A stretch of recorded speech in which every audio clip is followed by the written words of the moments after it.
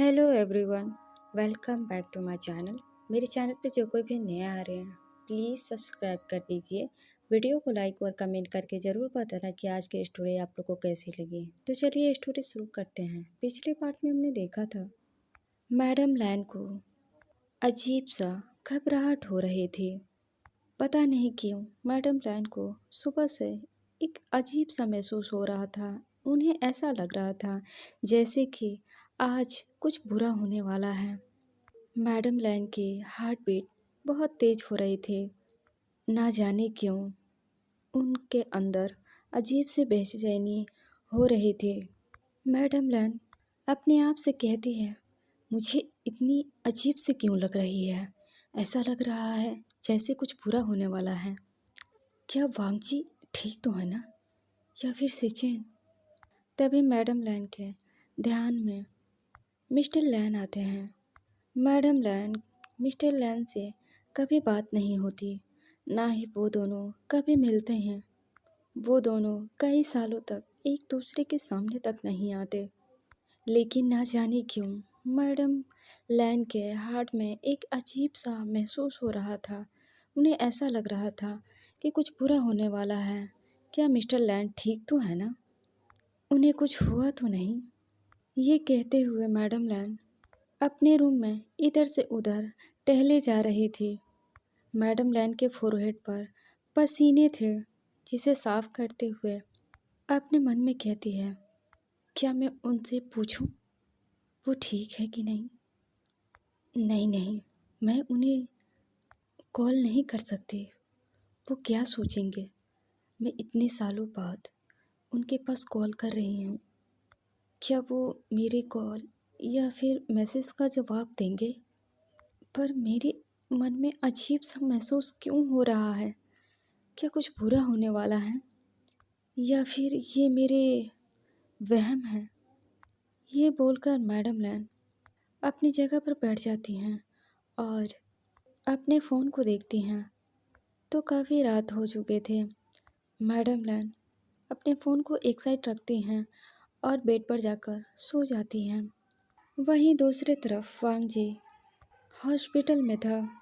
Mister लैन को और song लैन को लेकर वेंचिंग वांगजी से कहती है कि मिस्टर लैन की हालत बहुत ही बुरी है। मुझे लगता है वांगजी तुम्हें फैमिली में इस बारे में इन्फॉर्म करना चाहिए। वांगजी चुप रहता है, कुछ कहता नहीं है। वो बस अपने मॉम के लिए फ़िक्र कर रहा था कि जब उसके मॉम को पता चलेगा कि उन मिस्टर लैन बुरी कंडीशन में है तो उसके मॉम के ऊपर क्या गुजरेगा।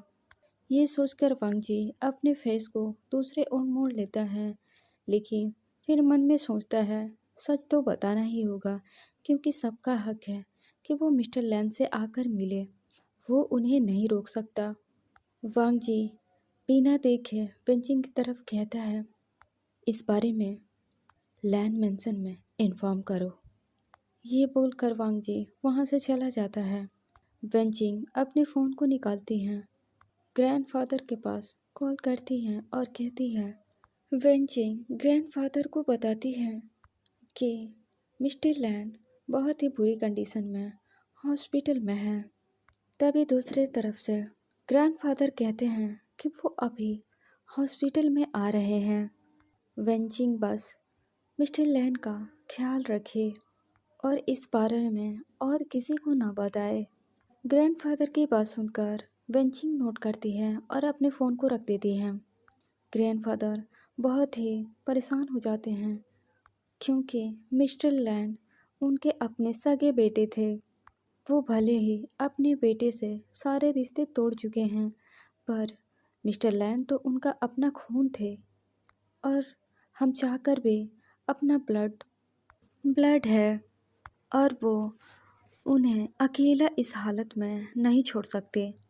ग्रैंडफादर के आंखों से आंसू गिर रहे थे। वो अपने आंसुओं को पोंछते हुए कहते हैं, मुझे जाना होगा। मैं अपने बच्चे को नहीं खो सकता। मैंने भले ही उससे सारे रिश्ते तोड़ लिए हैं, पर मैं ये चाहकर कभी नहीं भूल सकता कि वो मेरा बेटा है। मुझे जाना होगा। उसके पास ना जाने वो कैसा होगा। क्या मुझे इस बारे में लैन हुआ को बताना चाहिए? नहीं नहीं, मैं उसे नहीं बता सकता। अगर उसे पता चला तो वो परेशान हो जाएगी। पहले मुझे जाना चाहिए और मैं देखने के बाद ही लैन हुआ को सब सच बता दूंगा। ये सोचकर मिस्टर ग्रैंडफादर अपने आंसुओं को पोंछते हैं और हॉस्पिटल के लिए निकल जाते हैं। वही वांग जी हॉस्पिटल में एक जगह चेयर पर बैठा था। उसके पैर में जख्म थे और उसके हाथों से खून निकल रहे थे। वांग जी को इतना भी होश नहीं था कि उसके हाथों पर चोट लगी है। वो बस मिस्टर लैन के बारे में सोच रहा था, जो अब भी बहुत ही बुरी कंडीशन में है। तभी वेंगचिंग वांग जी को देखती है और कहती है, हे, तुम्हें चोट लगी है, तुम्हें पट्टी करवानी होगी। चलो, मैं तुम्हारा पट्टी कर दूँ। वांग जी अपने छोटों को देखता है और वेंगचिंग को देखता है और कहता है, मैं ठीक हूँ, तुम बस जाकर मिस्टर लैन का ख्याल रखो।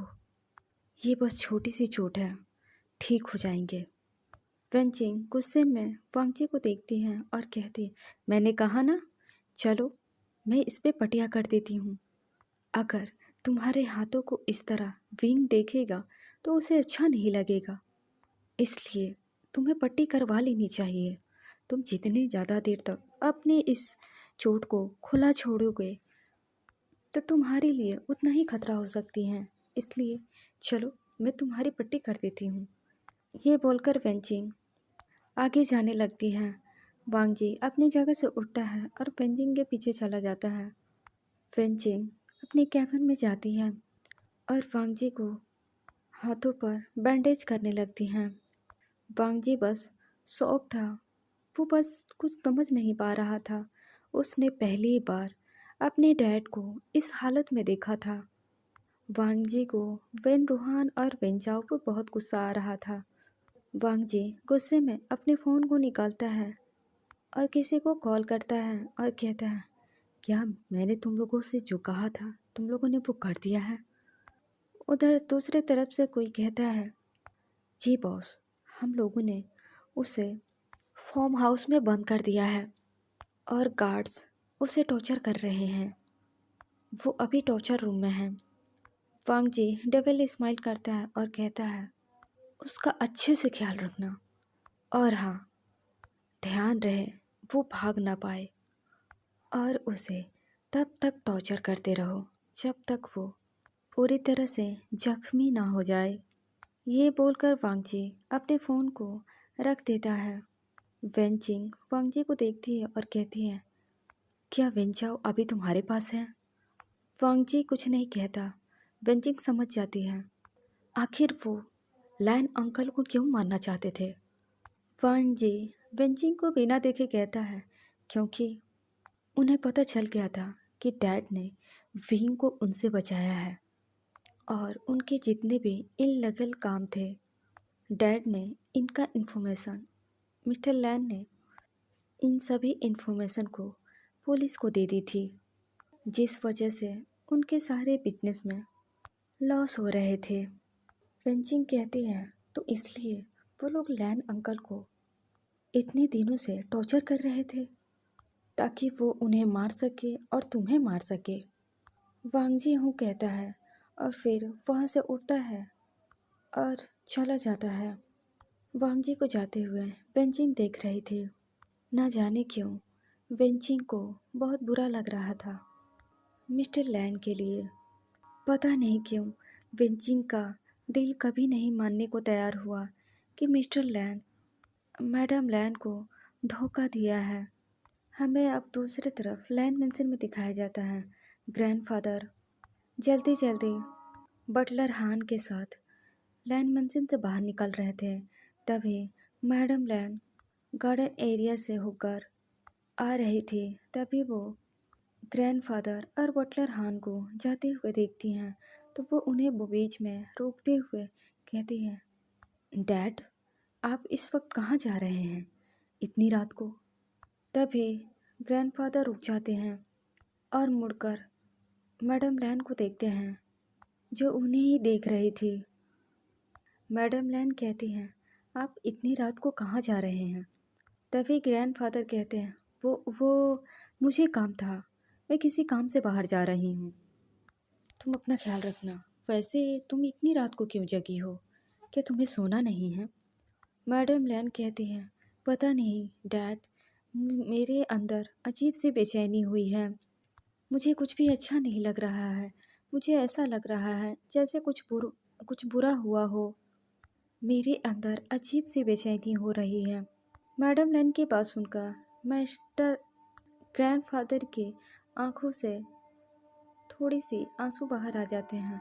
ग्रैंडफादर जल्दी से उसे पूछ लेते हैं और कहते हैं, कोई बात नहीं है, तुम जाओ और जाकर आराम करो। मैडम लैन कहती है, मुझे नींद नहीं आ रही थी। मैंने सोने को बहुत कोशिश की, लेकिन मैं सो नहीं पाई। इसलिए मैंने सोचा क्यों ना मैं गार्डन में चली आऊँ, इसलिए मैं यहाँ आ गई। वैसे आप कहाँ जा रहे थे? क्या वो काम आपके लिए इतनी इम्पोर्टेंट है? सुबह तक का इंतज़ार नहीं कर सकते? मैडम लैन कहती हैं। तो मिस्टर लैन कहते हैं, वो ये काम बहुत इम्पोर्टेंट है, इसलिए। तभी मैडम लैन को शक हो जाता है और कहती हैं, डैड, आप मुझसे क्या छुपा रहे हैं? आपने कहा है कि मैं आपकी बेटी हूँ, फिर आप अपनी इस बेटी से क्या छुपा रहे हैं? ग्रैंडफादर कुछ नहीं कहते, वो बस चुप रहते हैं। तभी मैडम लैन बड़े ध्यान से ग्रैंडफादर को देख रही थी। वो कहती हैं, आप बहुत परेशान लग रहे हैं। क्या कुछ हुआ है जो आप मुझे नहीं बता सकते? मिस्टर लैन, सॉरी, ग्रैंडफादर कहते हैं, वो मैंने कहा ना, मैं किसी काम से बाहर जा रहा हूँ और मुझे लगता है आने में देर हो जाएगी। शायद मैं आऊँ भी ना। ये काम मैं सुबह तक नहीं कर सकता, मुझे अभी करना होगा, इसलिए मैं जा रहा हूँ। तुम अपना ख्याल रखना, तुम जाओ, जाकर सो जाओ। ये बोलकर ग्रैंडफादर बटलर हान को देखते हैं और इशारा करते हैं। बटलर हान जल्दी से ग्रैंडफादर के साथ निकल जाते हैं। मैडम लैंड बस उन्हें जाते हुए देख रही थी। उन्हें कुछ भी समझ नहीं आ रहा था, लेकिन इतना तो समझ में आ गया था कि ग्रैंडफादर उनसे झूठ बोल रहे थे। वो कुछ ना कुछ उनसे छुपा रहे हैं। पर मैडम लैन कुछ नहीं कहती, वो चुपचाप अपने रूम में जाती हैं। तभी मैडम लैन अंदर जाती हैं तो देखती हैं लैन सिचैन बड़े ही सॉरी जियांग सैमियन बड़े ही जल्दबाजी में सीढ़ियों से नीचे उतर रहे थे। तो मैडम लैन उन्हें देखकर कहती हैं, सैमियान, क्या तुम अभी तक सोए नहीं? जियांग सैमियान देखकर शॉक हो जाते हैं और कहते हैं, वो मैं किसी काम से बाहर जा रहा था और मैंने इस बारे में यू को कुछ नहीं बताया है। वो अभी सो रही है। मैं उसे डिस्टर्ब नहीं करना चाहता था, इसलिए मैं उसे बिन बताए जा रहा हूँ। मैडम लैन बड़े ही ध्यान से जियांग सैमियान को देख रही थी। जियांग सैमियान मैडम लैन से बात करते वक्त अपनी नज़रों को मैडम लैन के तरफ से मोड़ लेते हैं। वो उनके आंखों में नहीं देख पाते। तभी जियांग सैमियान के पीछे मैडम यू जल्दी से आती है और कहती है, हे, तुम इतनी रात को कहाँ जा रहे हो? तुम्हें क्या लगा तुम मुझसे छुपते छुपते जाओगे और मुझे कुछ पता नहीं चलेगा? अब जल्दी से बताओ तुम कहाँ जा रहे हो? तभी जियांग सैमियान और मैडम लैन उस ओर देखते हैं जो सीढ़ियों से मैडम यू नीचे उतर रही थी। वो उन दोनों के पास आती है और कहती है, सैमियान, तुम इतनी रात को कहाँ जा रहे हो? जहाँ तक मुझे पता है तुम्हें कंपनी में इस वक्त कोई काम नहीं है। इस वक्त ना ही जेंग जेंग है और ना ही तुम और ना ही सीजेन और वांगजी, वो तो कल रात से ही नहीं है। तभी मैडम लैन को कुछ याद आता है और कहती है, मैंने अभी अभी डैड को भी बाहर जाते हुए देखा है। ये सुनकर मैडम यू को शक हो जाता है और वो जियांग सैमियान को देखते हुए कहती है, क्या छुपा रहे हो तुम लोग? मैडम यू की बात सुनकर जियांग सेमियान कहते हैं, वो कुछ नहीं, मैं कुछ नहीं छुपा रहा था, मैं बस किसी काम से बाहर जा रहा था। तभी मैडम लैन कहती है, डैड ने भी यही कहा है कि वो किसी काम से बाहर जा रहे हैं। ऐसी कौन सी काम है जो आप लोगों को आधी रात को उठकर जाना पड़ रहा है? तभी जियांग सेमियान कहते हैं, तुम दोनों अभी के लिए मुझे जाने दो, मैं सुबह आकर तुम लोगों से मिलता हूँ। बस अभी के लिए कुछ सवाल मत करो, मुझे जाने दो, मुझे जाना बहुत इम्पोर्टेंट है। तभी मैडम ये गुस्से में जियांग सेमियान को देखती है और कहती है, मैंने जितना पूछा है उतना जवाब दो, उसके बाद जाओ। तुम इतनी रात को कहाँ जा रहे हो? घर के सभी मेंबर गायब हैं, मैं इससे क्या समझूं? और सब एक ही बात बोलकर जा रहे हैं। अब जियांग सेमियान मैडम लैन मैडम यू के सामने हार मान जाते हैं और कहते हैं, वो चिंग हंजून हॉस्पिटल में है, उसकी हालत बहुत बुरी है। जैसे ही ये मैडम लैन सुनती है वो शॉक हो जाती हैं, उनकी आंखों से लगातार आंसू बहने लगते हैं। मैडम यू जियांग सेमियान को देखती है और कहती है, आप लोगों ने मुझसे ये छुपा रहे थे, आप लोगों ने मुझे बताया क्यों नहीं? प्लीज़ मुझे भी अपने साथ लेकर चलो, उन्हें क्या हुआ? तभी मैडम यू मैडम लैन को शांत कराते हुए कहती है, सेमियान हम दोनों भी हॉस्पिटल जाएंगे। तभी जियांग सेमियान कहते हैं, मैं आप दोनों को लेकर नहीं जा सकता, अगर सभी लोग हॉस्पिटल जाएंगे ये ठीक नहीं होगा।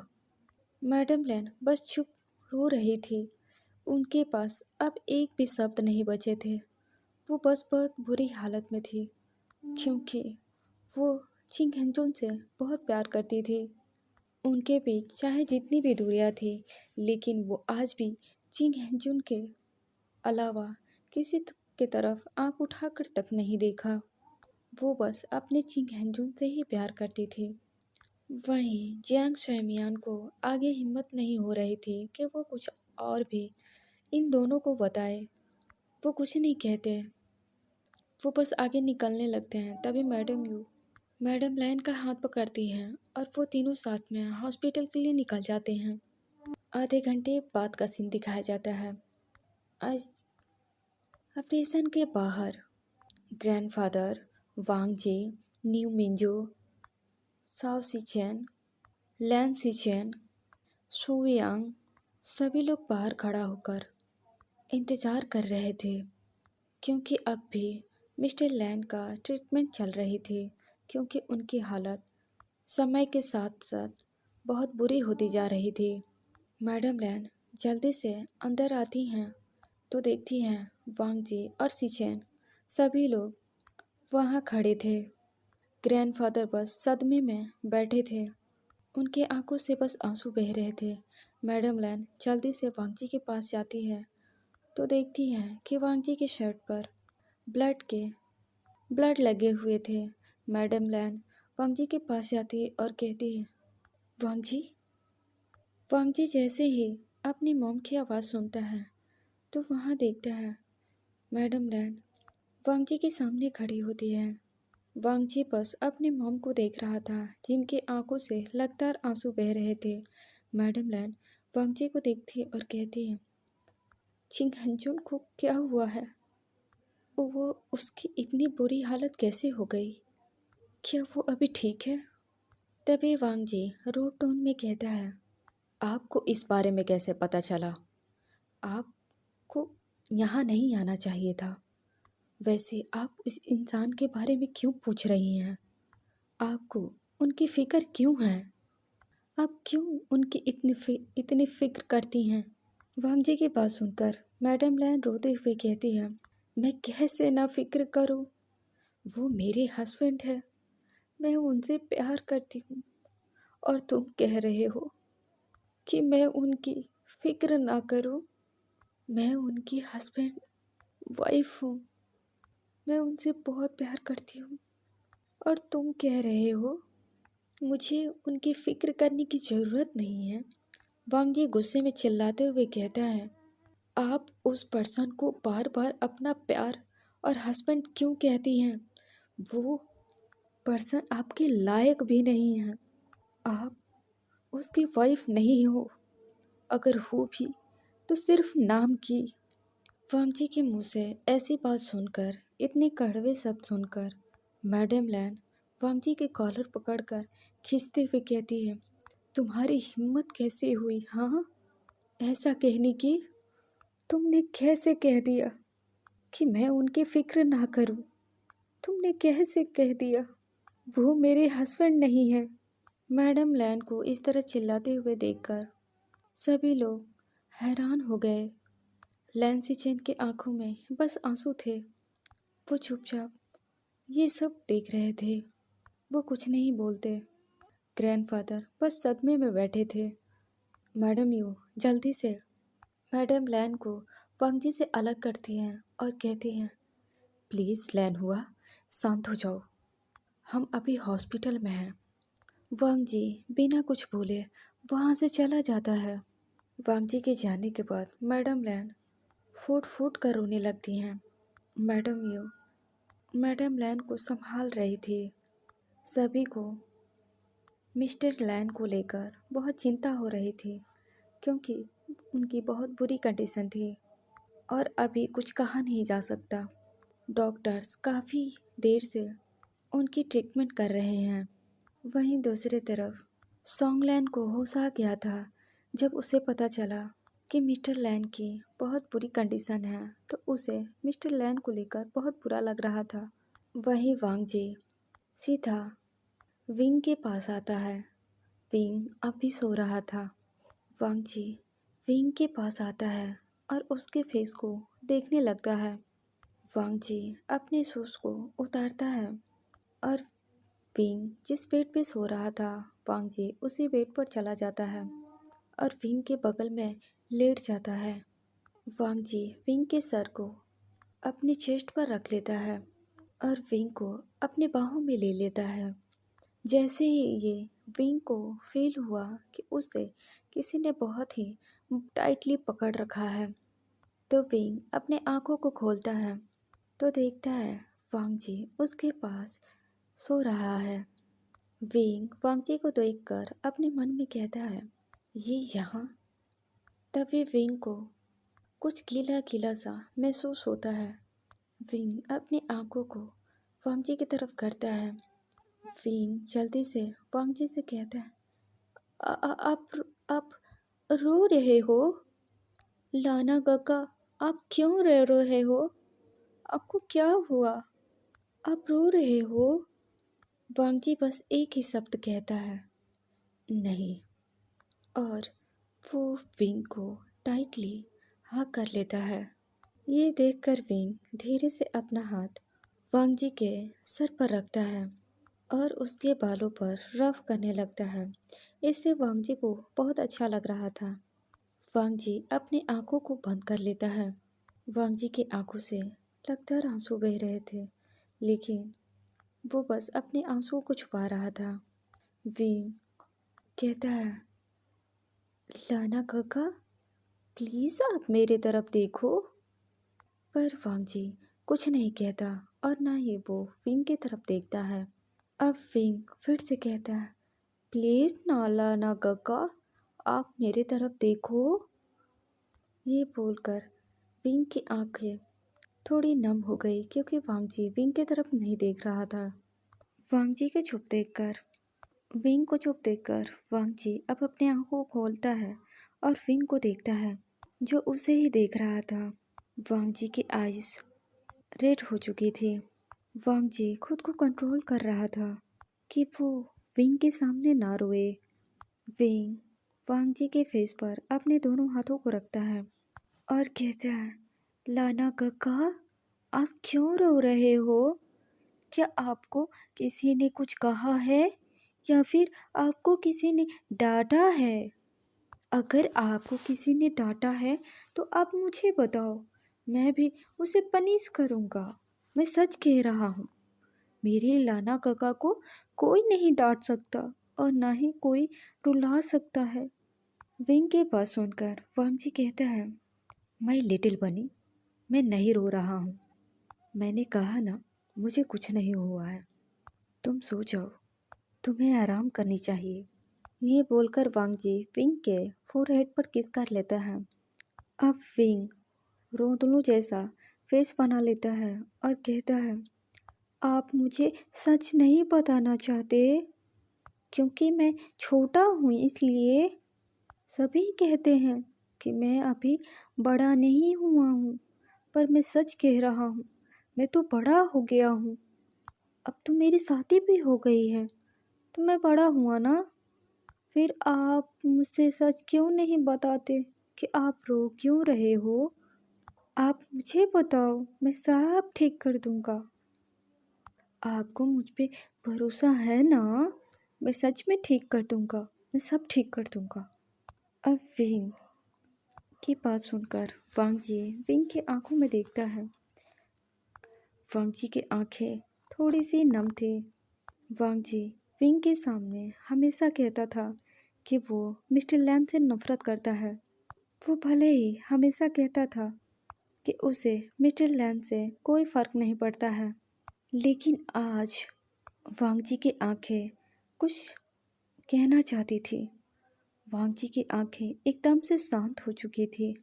वांग जी भले ही मिस्टर लैन को बर्बाद करना चाहता था, लेकिन आज मिस्टर लैन को इस हालत में देखकर उसे अच्छा नहीं लगा।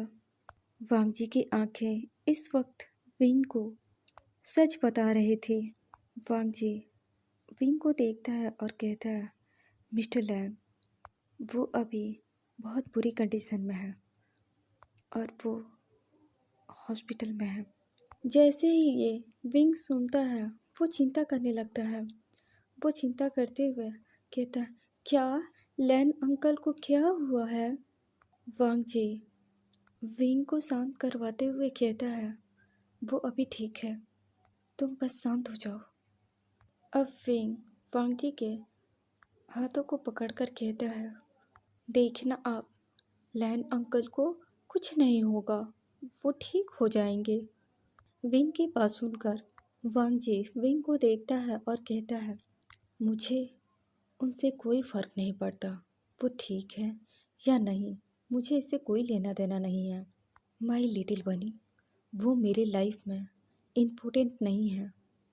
ये बोलकर वांग जी विंग के फेस को अपनी तरफ करता है और उसके फेस को देखने लगता है। विंग की आंखों में आंसू थे। विंग वांग जी को हक कर लेता है और कहता है, क्या आपको सच में फ़र्क नहीं पड़ता? मुझे पता है वो बीमार हैं, तो आपको फ़र्क पड़ता है, इसलिए तो मैंने कहा कि वो ठीक हो जाएंगे, उन्हें कुछ नहीं होगा। आप देखना, मैं जब ठीक हो जाऊंगा तो लैन अंकल से मिलने जाऊंगा। जब वो मुझे चलते हुए देखेंगे तो वो खुश हो जाएंगे और वो और जल्दी ठीक हो जाएंगे, क्योंकि लैन अंकल हमेशा से चाहते थे कि मैं बाकी के जैसे चलूं। वो कितना खुश होंगे कि मैं बाकी के जैसे चल फिर पाऊंगा, मैं दौड़ भी पाऊंगा। जब मैं लैन अंकल से मिलने जाऊंगा तो आप मुझे उनके पास जाने से नहीं रोक सकते। मुझे ना लैन अंकल से ढेर सारा बातें करनी है, इसलिए मुझे पता है उन्हें कुछ नहीं होगा। ये सारी बातें सुनकर वांग जी विंग के फोरहेड पर किस करता है और विंग के दोनों हाथ पर किस करता है। वांग जी विंग के दोनों चिक्स पे किस करता है। अब वांग जी विंग के लिप्स को देखता है। वांग जी विंग के लिप्स पर छोटा सा किस करता है और कहता है, तुम आराम करो, मैं वहाँ जा रहा हूँ, तुम बस आराम करो। विंग हाँ में सिर हिला देता है। वांग जी वहाँ से उठता है और वहाँ चला जाता है जहाँ बाकी के लोग थे। वांग जी आता है तो देखता है जियांग चैन और वेंजिंग सभी से बात कर रहे थे। मैडम लैन रो रही थी।